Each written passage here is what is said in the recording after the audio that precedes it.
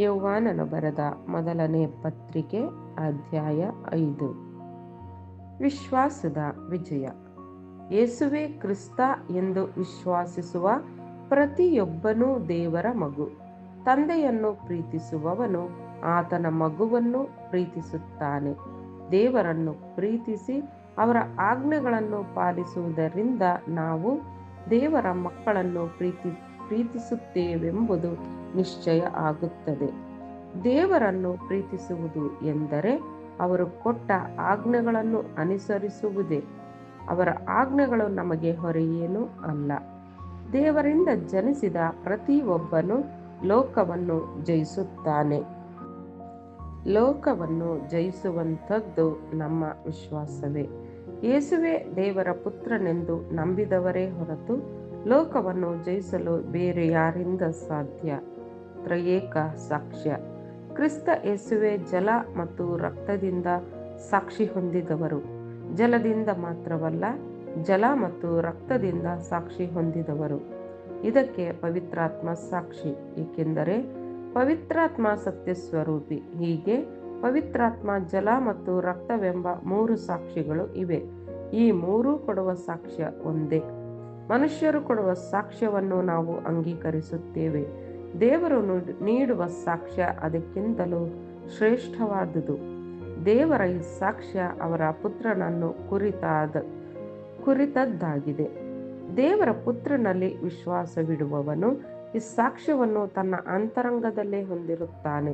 ದೇವರಲ್ಲಿ ವಿಶ್ವಾಸವಿಡದವನಾದರೂ ಅವರನ್ನು ಸುಳ್ಳುಗಾರರನ್ನಾಗಿಸುತ್ತಾನೆ. ಹೇಗೆಂದರೆ ದೇವರು ತಮ್ಮ ಪುತ್ರನ ಪರವಾಗಿ ಕೊಟ್ಟ ಸಾಕ್ಷ್ಯದಲ್ಲಿ ಅವನಿಗೆ ನಂಬಿಕೆ ಇಲ್ಲ. ದೇವರು ನಮಗೆ ನಿತ್ಯ ಜೀವವನ್ನು ಅನುಗ್ರಹಿಸಿದ್ದಾರೆ. ಆ ಜೀವ ಅವರ ಪುತ್ರನಲ್ಲಿದೆ ಎಂಬುದೇ ಈ ಸಾಕ್ಷ್ಯ. ಯಾರಲ್ಲಿ ದೇವರ ಪುತ್ರ ಇದ್ದಾನೋ ಅವನಲ್ಲಿ ಆ ಜೀವವಿರುತ್ತದೆ. ಯಾರಲ್ಲಿ ದೇವರ ಪುತ್ರನಿಲ್ಲವೋ ಅವನಲ್ಲಿ ಆ ಜೀವ ಇರುವುದಿಲ್ಲ. ನಿತ್ಯ ಜೀವ. ದೇವರ ಪುತ್ರನ ನಾಮದಲ್ಲಿ ವಿಶ್ವಾಸ ಇಟ್ಟಿರುವ ನೀವು ನಿತ್ಯ ಜೀವವನ್ನು ಪಡೆದವರು ಎಂಬುದನ್ನು ತಿಳಿಸಲೆಂದೇ ನಾನು ನಿಮಗೆ ಇದನ್ನೆಲ್ಲ ಬರೆದಿದ್ದೇನೆ. ದೇವರ ಚಿತ್ತಾನುಸಾರ ಏನನ್ನು ಬೇಡಿಕೊಂಡರೂ ಅವರು ನಮ್ಮ ವಿಜ್ಞಾಪನೆಗೆ ಕಿವಿಗೊಡುತ್ತಾರೆಂಬ ಭರವಸೆ ನಮಗಿದೆ.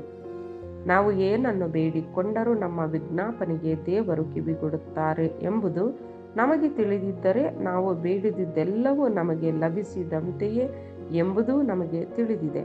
ಮಾರಕವಲ್ಲದ ಪಾಪವೊಂದನ್ನು ಸಹೋದರನು ಮಾಡುವುದನ್ನು ಯಾರಾದರೂ ಕಂಡರೆ ಆ ಸಹೋದರನಿಗಾಗಿ ದೇವರಲ್ಲಿ ಬೇಡಿಕೊಳ್ಳಿರಿ.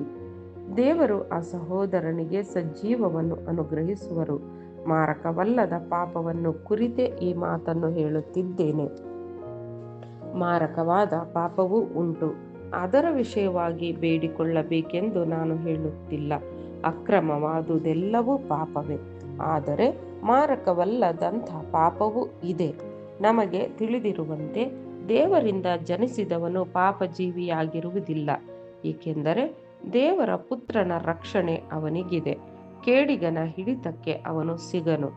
ಇಡೀ ಲೋಕವು ಕೇಡಿಗನ ವಶದಲ್ಲಿ ಇದ್ದರೂ ಸಹ ನಾವು ದೇವರಿಗೆ ಸೇರಿದವರೆಂಬುದು ನಮಗೆ ತಿಳಿದಿದೆ.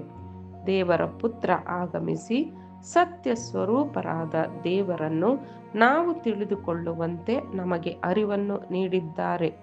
ಇದನ್ನು ನಾವು ಬಲ್ಲೆವು. ದೇವರ ಪುತ್ರರಾದ ಯೇಸು ಕ್ರಿಸ್ತರಲ್ಲಿ ನೆಲೆಸಿರುವ ನಾವು ಸತ್ಯ ಸ್ವರೂಪಿಯಲ್ಲೇ ನೆಲೆಸಿದ್ದೇವೆ. ನಿಜವಾದ ದೇವರು ನಿತ್ಯ ಜೀವವು ಇವರೇ. ಪ್ರಿಯ ಮಕ್ಕಳೇ, ಮಿಥ್ಯ ದೇವರುಗಳಿಂದ ದೂರವಿರಿ.